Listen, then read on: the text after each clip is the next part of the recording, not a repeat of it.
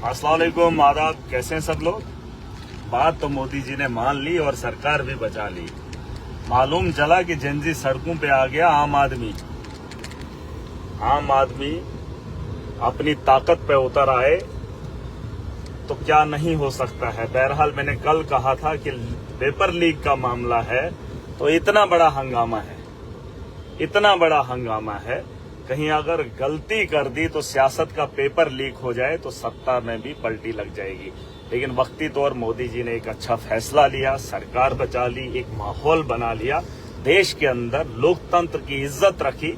हालांकि लोगों ने वोट दिया था, सरकार बनाई, लेकिन लोग अब उस मंत्री से तंग आए थे, पेपर लीक हो रहे थे तो मोदी जी के हाथ में था। हमने तो अपना वजूद मोदी जी को दे दिया था, पूरे देश ने 3 बार प्रधानमंत्री बनाया। आज इतनी सी बात मनवाने के लिए कई महीनों से प्रोटेस्ट करना पड़ा। तो मोदी जी, ये चुनाव नहीं था, यहाँ लोगों की, बच्चों के मुस्तकबिल की बात थी। बहरहाल आपने अच्छा किया, रात वाली सलाह जो है मोदी जी तक पहुंच गई। अंधभक्तों को अब शांति मिली होगी, वरना अंधभक्त जो है अपने तर्ज पे काम कर रहे थे। देखिए, बच्चे हैं तो माँ बाप बेहतर जिंदगी गुजार सकते हैं।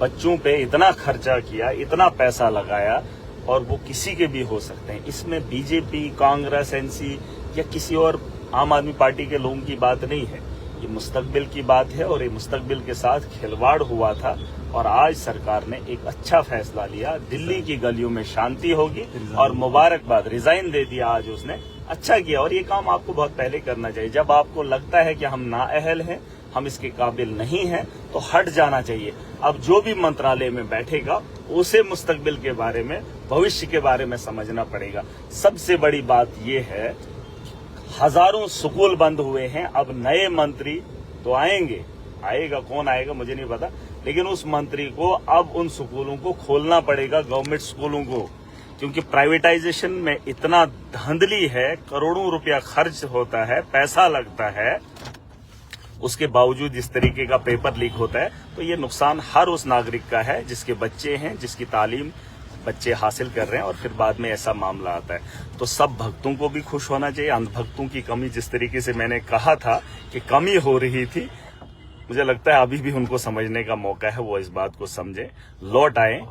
और यूथ की पावर, रियल वुड, जिस तरीके से मैंने कहा, आज हॉलीवुड नहीं, बॉलीवुड नहीं, लेकिन रियल वुड आपने देखा। वो तो लोग हैं, वो अलग हैं। आप सलमान खान क्या मुंह दिखाएगा, आमिर खान क्या मुंह दिखाएगा, वो लोग क्या मुंह दिखाएंगे जो इस प्रोटेस्ट के खिलाफ थे, जो जेनजी के खिलाफ थे, जिन्होंने ये कहा ये बांग्लादेशी हैं, ये फलाने हैं, ये ढिन के हैं। ऐसा नहीं है। देश का मुस्तकबिल देश के नौजवानों के लिए है, और वो बच्चे नहीं हैं। वो बच्चे जब पढ़ेंगे तो ही उनका परिवार खुशहाल होगा। और ये चीजें हो रही थी, अब समझदार हो गए। इसके अलावा भी और सारी चीजें हैं जो देश के अंदर गलत हो रही हैं। मोदी जी को आहिस्ता आहिस्ता सब समझाएंगे।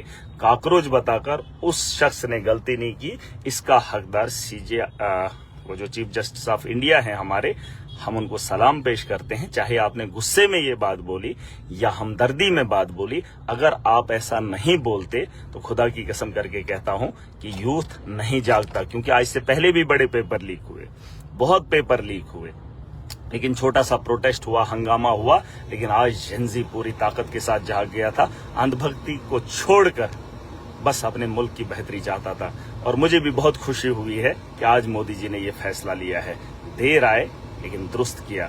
अब तो सरकार हिला के ही रख देते, लेकिन आने वाले कल में इस सरकार के बारे में हर जगह सोचना पड़ेगा। ये जो कॉकरोचेस हैं, वो एक बात याद रखें, ये बात अलग है कि आपने इस्तीफा ले लिया, ये बात अलग है 22 बच्चों का जो कत्ल हुआ, उनकी अदायगी 1-1 करोड़ से हो सकती है। लेकिन मेरी एक बात याद रखना कि आज हमने जो इनको ताकत दी है वो 5 साल के लिए दी है। 5 साल पूरे होने के बाद दोबारा इन्हें सत्ता में नहीं बिठाएंगे। अब जेनजी, जिसके बारे में मैं हमेशा कहता हूं कि अब हम पॉलिटिक्स का भी फॉर्म भरेंगे, चाहे पंचायत लेवल पे हो, वार्ड लेवल पे हो, बीडीसी हो, डीडीसी हो, एमएलए हो, एमपी हो, मतलब स्टेट्स के अंदर जो भी चुनाव हैं वो जेनजी लड़ेगा। उस फॉर्म के लिए भी तैयार हो जाओ। आप खाली नीट के एग्जाम की तैयारी, ये खाली नीट का मामला था, पता नहीं किस किस फील्ड के बच्चे हैं, अभी वो बच्चे तो आए नहीं हैं, लेकिन मैं चाहता हूं कि इस फील्ड में भी जेनजी खड़ा हो जाए। मैं भी एक जेनजी हूं और मैंने भी पॉलिटिक्स का फॉर्म भरकर आज एमएलए बना हूं और आज जम्मू कश्मीर की असेंबली में आवाम के मुद्दे रख रहा हूं। ये बात अलग है कि हो क्या रहा है, लेकिन कोशिश और ख्वाहिशात बहुत हैं बदलाव की।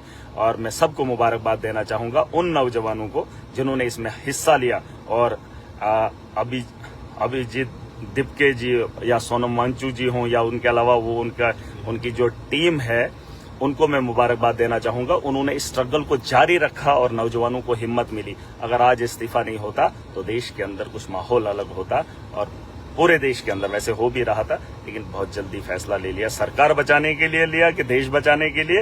ये कमेंट करके आप बताओ कि मोदी जी ने ये इस्तीफा क्यों लिया, सरकार बचाने के लिए कि देश बचाने के लिए? जो भी है बेहतर फैसला है। अब अपने अपने घरों में जाए, तैयारियां करें। 2029 का चुनाव भी होगा। अब पढ़ा लिखा ऐवान में जाने की तैयारी करें, नीट का भी तैयारी करें, सब फील्ड के अंदर। लेकिन एजुकेशन हासिल करने के बाद देश के राजनीति में भी अपनी हिस्सेदारी और भागीदारी बनी रहे। ये जो कॉकरोच जनता पार्टी है, ये अब फैले, हर गली हर नुक्कड़ तक ये फैले। और मैं चाहता हूं कि ये जनजी एक बड़ा बदलाव लाए। जिस मकसद से पुराने लोगों ने, पूर्वजों ने कुर्बानियां दी थी, उस कुर्बानी को जिंदा रखने के लिए और उनके सपनों को पूरा करने के लिए चुनाव में भी हिस्सेदारी, भागीदारी तो लेनी पड़ेगी। बस उसकी तैयारियां कर लीजिए, क्योंकि हर जगह से बदलाव लाना बहुत जरूरी है।